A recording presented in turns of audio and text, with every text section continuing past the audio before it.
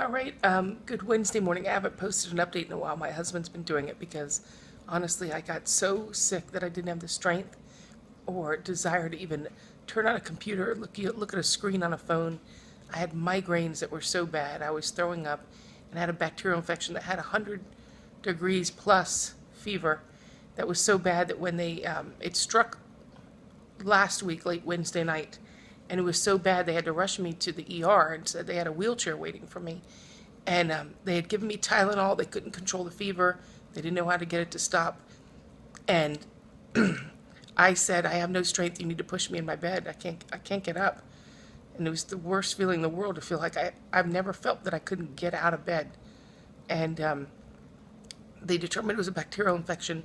They end up removing that Hickman that I normally have here, that port with the line that goes right into my chest, into the largest vessel where they draw my blood and give me the medicine. They had to take it out because they said bacteria tends to stick to those kind of lines.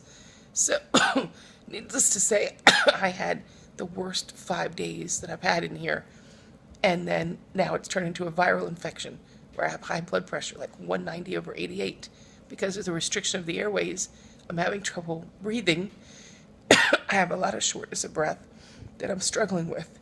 Nevertheless, I'm glad the bacterial infection is behind me. I'm always armored up. I'm always ready to go. My walks now, I don't go outside just because I'm having trouble breathing. They won't let me off the floor because of my blood pressure. I only focus on walking as far as just a forward motion. I don't even care. I decide I'm going to go out and walk 45 minutes. However ground I cover, walking in circles in 45 minutes here is what I do. I do 2 times. I do 45 minutes twice a day. And I can't worry about the laps. I just have to worry about moving forward and getting better.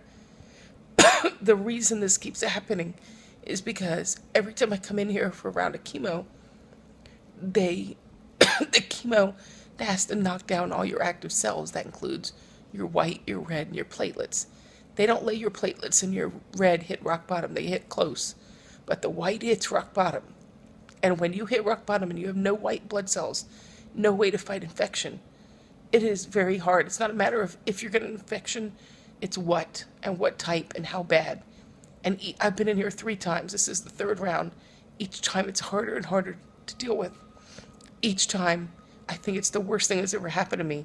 And it only gets worse. Last time with a staph infection. That was unbelievably painful, and mucositis in my mouth, and chemo coming through my eyes, through my tear ducts. That burned so bad I couldn't close my eyes. This time it's the bacterial infection and the viral infection. Honestly, I'm scared to even leave this floor. I'm glad they won't let me leave because I don't want to get anything else. I want my white count to get up. I want to be out by Father's Day and hold my son, and that's my mission. So that's the goal, and then I'll keep coming back, still waiting for the stem cells. And then I'll come back for 2 more rounds of this treatment, which is they're about 60-day treatments. So we're looking at about 100 to 120 days before we really know how things are going. Thank you for all your love and your prayers. Don't forget to armor up. If you don't want to get out there and work out, you can. Because I've walked these 45 minutes twice a day with 100-degree fever, 101 fever. If I can do it, you can do it. Get up and get out of bed and take care of yourself because you can, because you're not in the hospital yet. Do it and it'll make you feel better. And thanks for the prayers. Amen.